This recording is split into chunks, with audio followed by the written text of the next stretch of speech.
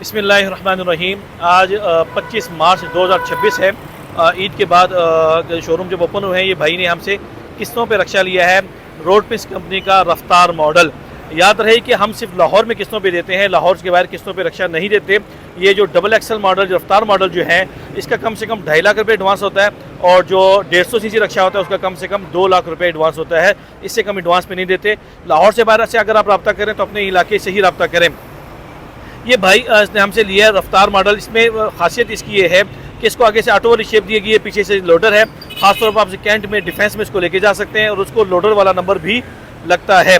और इसकी बात करें क्या नाम है इसके हिस्से की, तो इसमें लोडर वाला तमाम सिस्टम दिया गया है।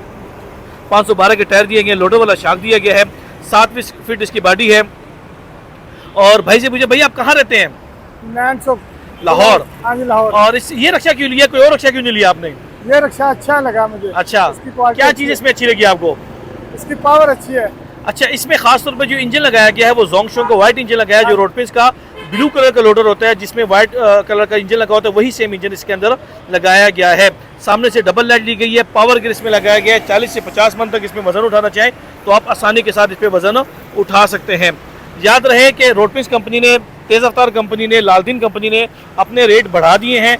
1 अप्रैल से पहले 31 मार्च तक आपने जो गाड़ी अपने बुक करनी है, पुराने रेटों पे ले सकते हैं। इसके बाद आप जो गाड़ी लेंगे वो नए रेटों पे होंगी।